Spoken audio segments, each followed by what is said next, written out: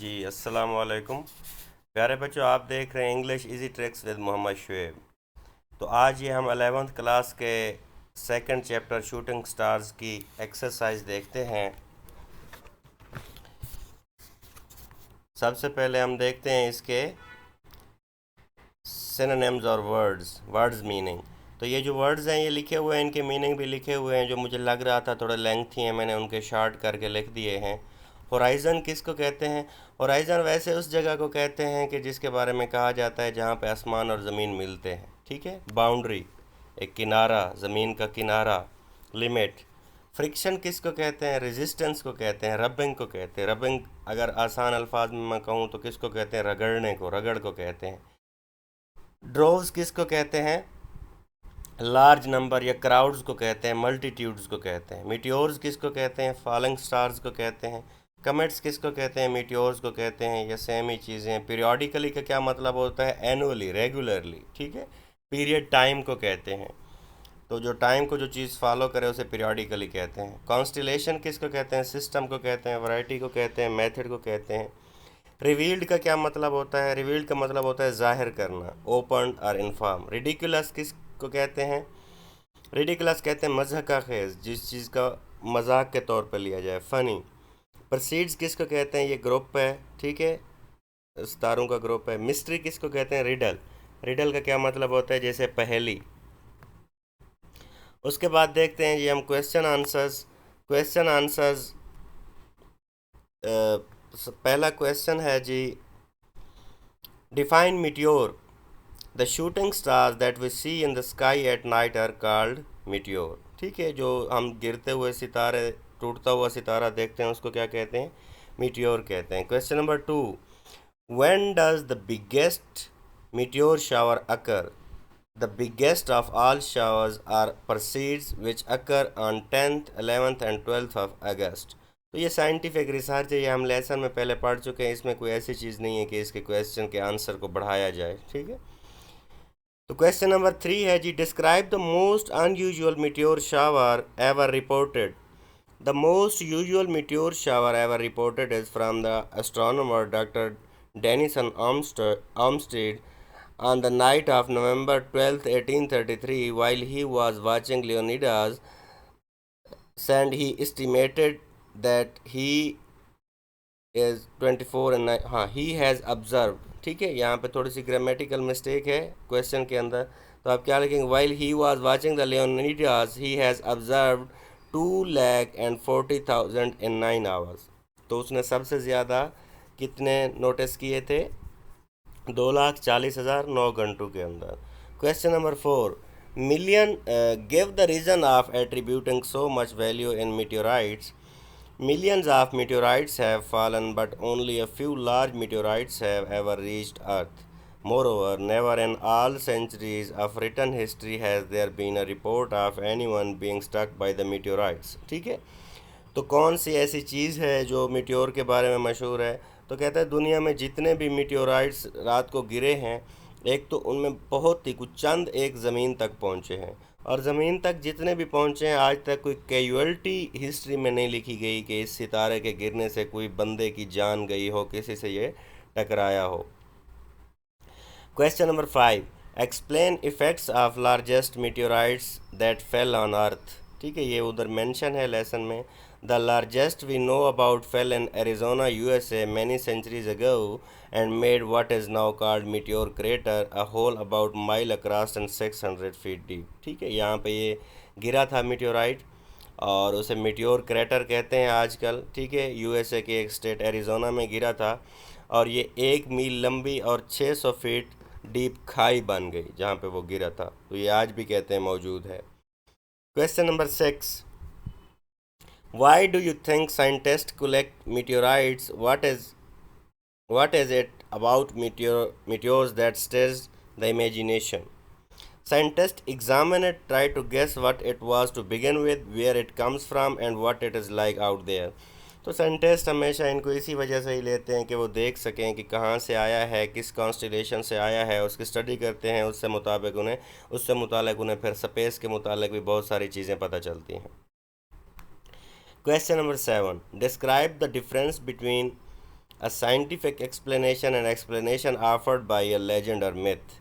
The most people watching meteors will be satisfied if they see 10 or 20 in an hour of watching, but legends explain it very well.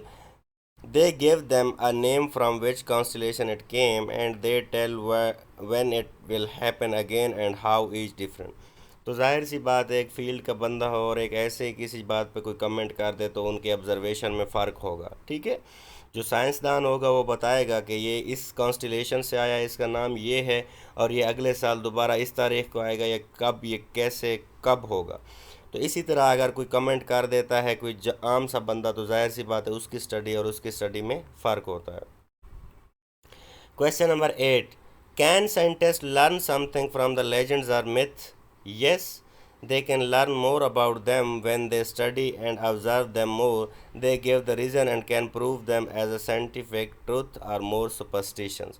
Superstitions किसको कहते हैं? तवहुमात को कहते हैं। ऐसे ही सुनी सुनाई बातों पे बिलीव कर लेना। जैसे आजकल बहुत सारी चीज़ें अगर आपने बचपन में देखी हों, बुज़ुर्गों से हम कहानियाँ सुनते थे, ठीक है, तो वो बहुत सारी चीज़ें ऐसी होती थी जिनको आज शायद आपका माइंड एक्सेप्ट ना करता हो, तो इनको क्या कहते हैं? सुपरस्टिशंस।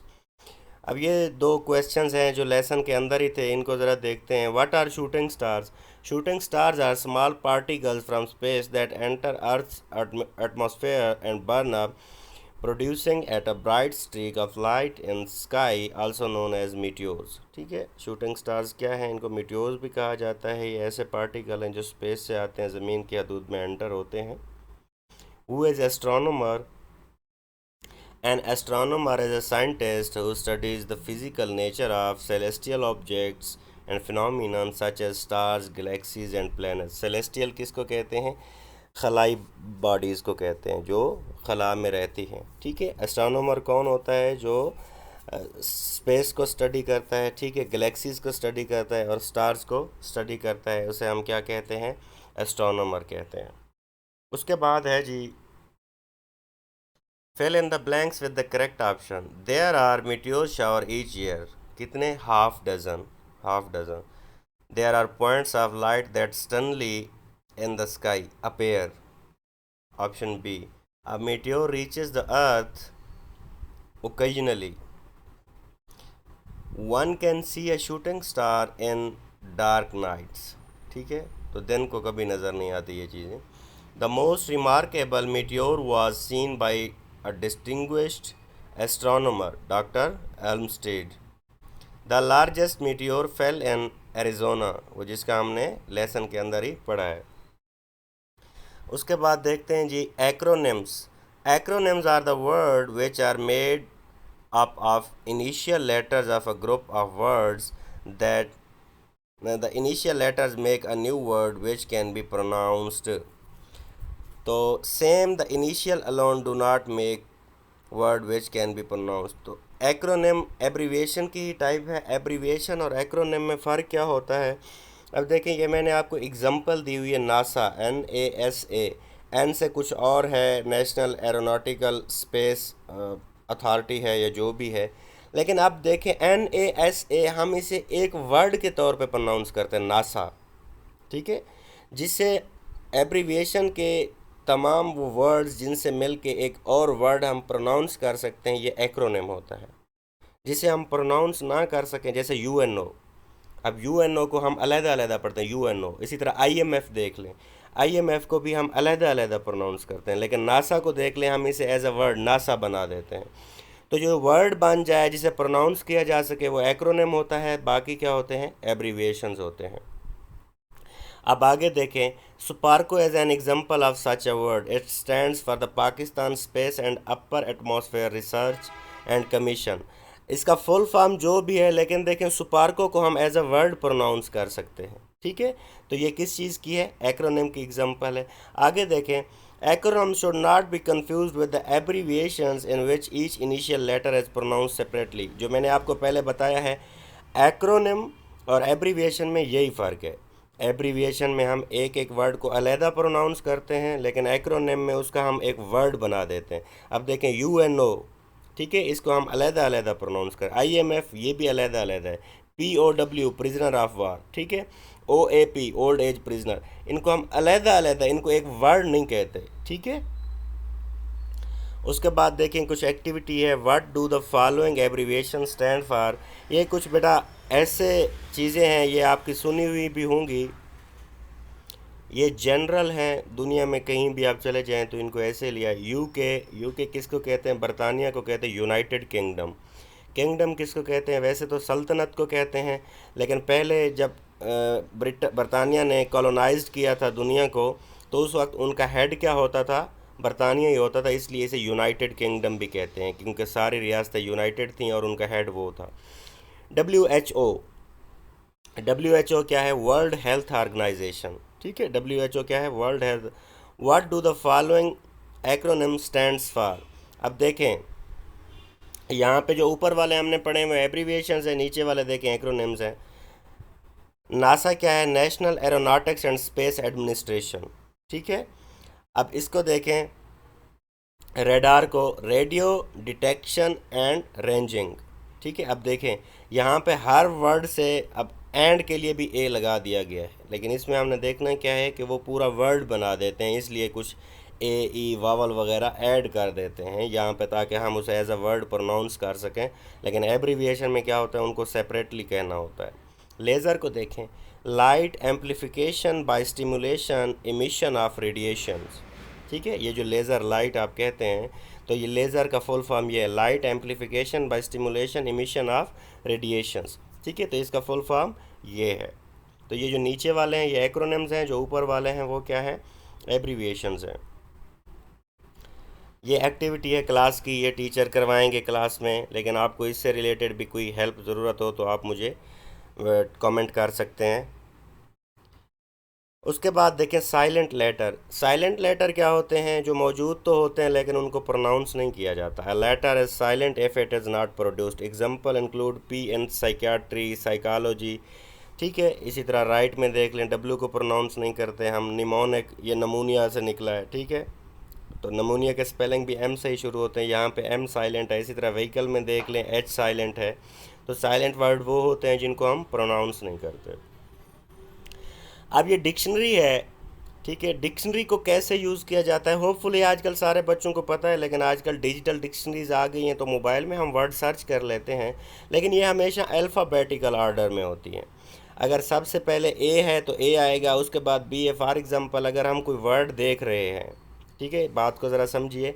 अगर हम कोई वर्ड देख लें, वो दोनों बी से शुरू होते हैं, तो वो दोनों तो सेम हो गए। अब हम बी के बाद वाला स्पेलिंग देखेंगे कि बी के बाद वाला ए है या ई है। अगर बी के बाद वाला ए है तो वो फिर ई वाला उसके बाद होगा। तो इसी तरह हर एक का आपने सीक्वेंस देखना है, ठीक है।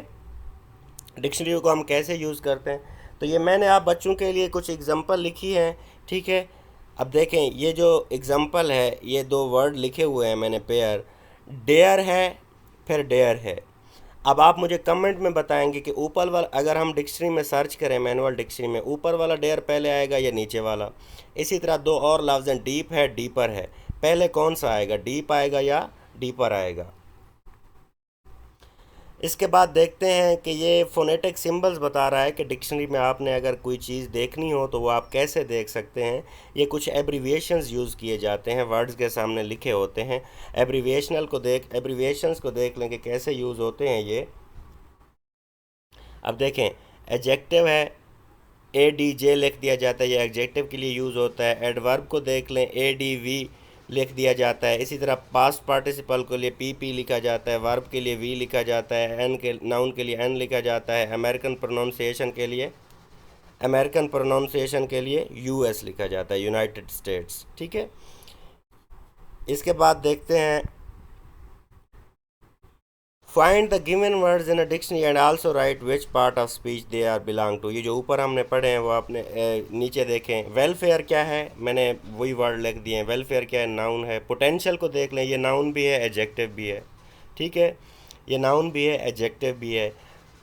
इंटीमेट क्या है? वर्ब भी है, नाउन भी है। आर्ग्यू क्या है? वर्ब है। एथनिसिटी क्या है? नाउन है। डाइवर्स क्या है? एडजेक्टिव है। अब ये जो मैंने पोटेंशियल बताया है, ये नाउन भी है, एडजेक्टिव भी है। आप कमेंट में दो सेंटेंस लिख के बताएंगे कि इसमें एज अ नाउन यूज़ हुआ है और इसमें एज एन एडजेक्टिव यूज़ हुआ है। उसके बाद है जी पंक्चुएशन। पंक्चुएशन को देखें, ही वाज वाचिंग, तो जब स्टार्ट कर रहे हैं तो एच कैपिटल होगा। He was watching the Leonids, तो ये जब नाम है तो एल कैपिटल आएगा। Which seems to come from the directly overhead and race downward, downward के बाद कामा आएगा। Toward the horizon in all direction, ठीक है, डायरेक्शंस के बाद फुल स्टॉप आएगा। इसी तरह फिर आप आगे फुल स्टॉप के बाद शुरू हो रहा तो एच कैपिटल आएगा। He reported that the meteors fell like flake of snow, snow के बाद क्या आएगा, फुल स्टॉप आएगा। ये कुछ हमारे पास फ्रेजल वर्ब्स हैं। फ्रेजल वर्ब किसको कहते हैं, जब वर्ब के साथ आप प्रीपोजिशन लगा दें और उसका मीनिंग चेंज हो जाए। Get along, despite our differences we manage to get along the quite well at work, ठीक है, हमने अपने अख्तलाफात के होते हुए भी काम की जगह हमने गेट अलॉन्ग एक साथ रहे और काम करते रहे। Cross out, I need to cross out the incorrect information, ठीक है, क्रॉस आउट का मतलब क्या होता है, ख़त्म करना। See to, I will see to it that broken window is repaired before it rains again. I will see to, किसी भी मामले को जज करना, ठीक है, I will see to it, ठीक है। यहाँ विंडो के स्पेलिंग मुझे लगता है कि डब्ल्यू से होते हैं, शायद मैं भूल रहा हूँ, ठीक है। Break down, my car broke down on the way to airport, ठीक है, ब्रेक डाउन का क्या मतलब होता है, किसी चलती हुई चीज़ में ख़राबी का आ जाना। Look after, my sister looks after the plants, ठीक है, लुक आफ्टर का क्या मतलब होता है, देखभाल करना। Parts of speech. The parts of speech explain how a word is used in a sentence. There are 8 main parts of speech, also known as word classes: noun, pronoun, adjective, verb, adverb, preposition, conjunctions and interjection. अब noun को देखते हैं। noun is a word that refer to a thing, book, ठीक है। एक बात याद रखें, दुनिया में जितनी भी चीज़ें एग्जिस्ट करती हैं ना, वो सब नाउन है। दुनिया में जितनी भी चीज़ें एग्जिस्ट करती हैं वो सब क्या है, नाउन है। मैं आप अब आयरॉनिकल स्टेटमेंट में आपको देखता हूँ, मैं कहता हूँ कोई भी ऐसी चीज़ का नाम बताएं जो नाउन नाउन नहीं है। अब देखिए मैंने क्या कहा, कोई भी ऐसी चीज़ का नाम बताएं। अब जाहिर सी बात है, जिस भी चीज़ का नाम होगा वो नाउन है, जिस चीज़ का नाम होगा वो नाउन है। तो दुनिया में जितनी भी चीज़ें हम जानते हैं वो सारी क्या हैं, नाउन हैं, जिनका भी नाम है वो नाउन है।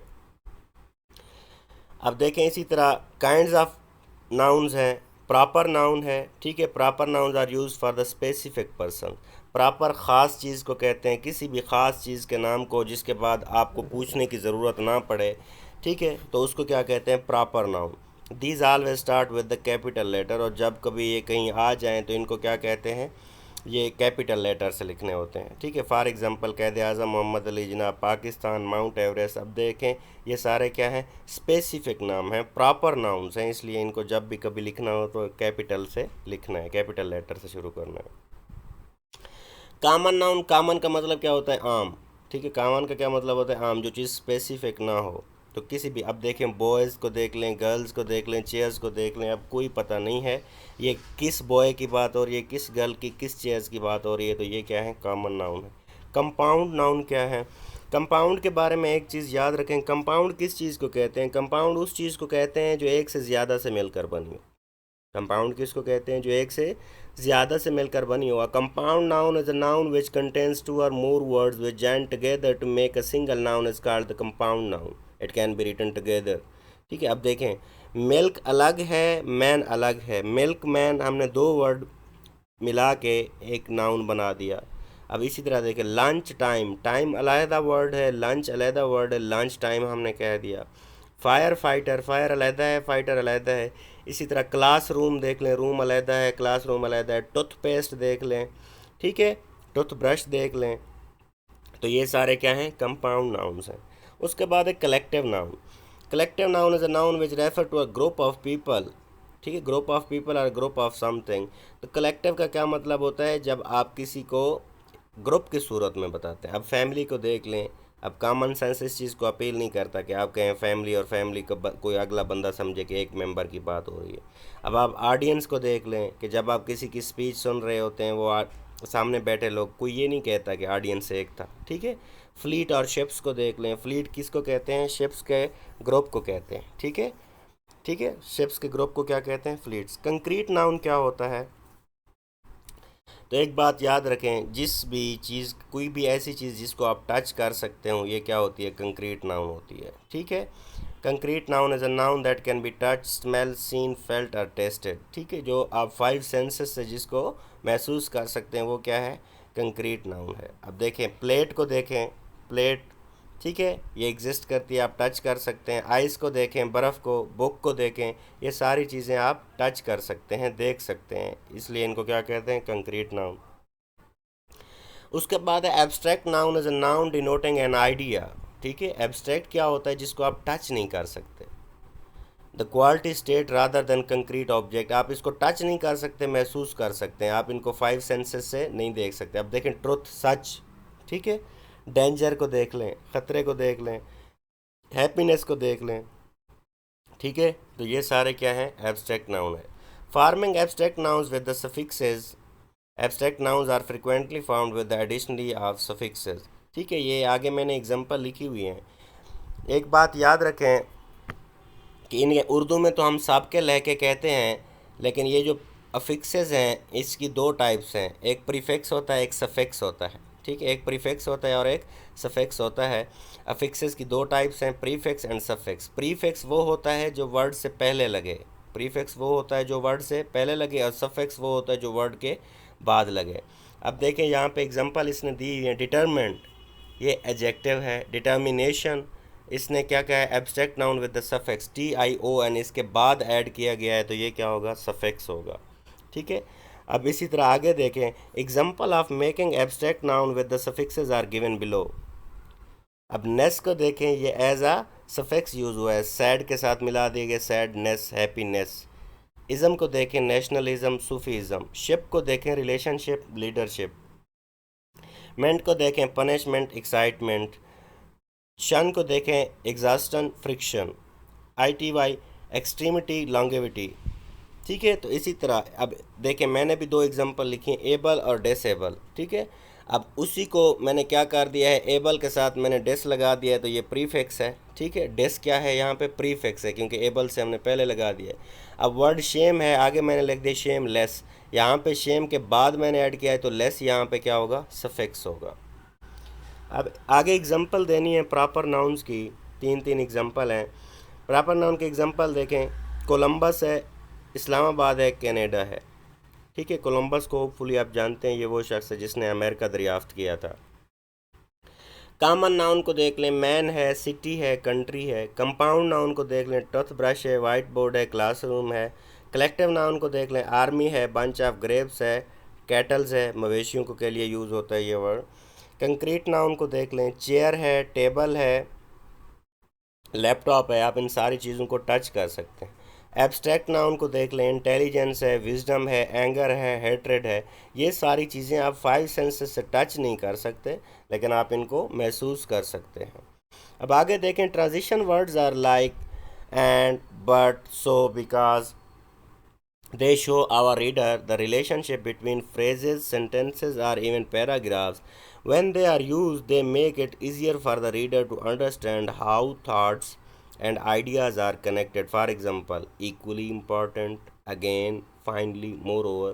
तो ये जितने भी वर्ड हैं इनको ट्रांजिशन वर्ड्स कहते हैं। ठीक है, जब आप पैराग्राफ लिखते हैं तो आप ट्रांजिशनल डिवाइसेस यूज़ करते हैं। ठीक है, तो सेम इनका भी वही फंक्शन है, इक्वली इम्पॉर्टेंट। अब आपको इक्वली इम्पॉर्टेंट बता रहा है कि जो पहले पॉइंट बताया गया है उसी के बराबर की बात हो रही है। अगेन का क्या मतलब है? आपको पता है कि ये एक ऐसा एक्शन है जो पहले रिपीट हो चुका है, अगेन हम उस वक्त यूज़ करते हैं जब वो दोबारा यूज़ हो रहा हो। इसी तरह फाइनली है, मोर ओवर है, मोर ओवर उस वक्त ऐड, फाइनली उस वक्त ऐड होता है जब आप किसी चीज़ को कंक्लूड कर रहे होते हैं। मोर ओवर उस वक्त ऐड होता है जब आप कोई नया पॉइंट ऐड कर रहे हो। बिसाइड एंड सेकेंडली, बिसाइड भी उस वक्त यूज़ होता है कि जब आप एक पॉइंट को एक साइड पर रख के दूसरा बता रहे हो। सेकेंडली ये सीक्वेंस के लिए यूज़ होता है, जब आप पहली चीज़ बता चुके हैं और उसके बाद सेकेंड बताने लगे हों। Write a paragraph on the benefits of exploration of universe. It should have transitional devices in it. तो ये बहुत आसान पैराग्राफ है। मैं कोशिश करता हूँ कि मैं आपको लिख के देता हूँ ये, लेकिन आपने भी क्या करना है? कोशिश करनी है कि इसको कमेंट में लिख के देना है, ठीक है, ताकि मैं उस पर कमेंट कर सकूं। Thank you so much. तो मैं ये वेट करूंगा, कुछ जो बच्चा इंटरेस्टेड होगा वो लिख के देगा, मैं उस पर फिर कमेंट करूंगा। Thank you so much.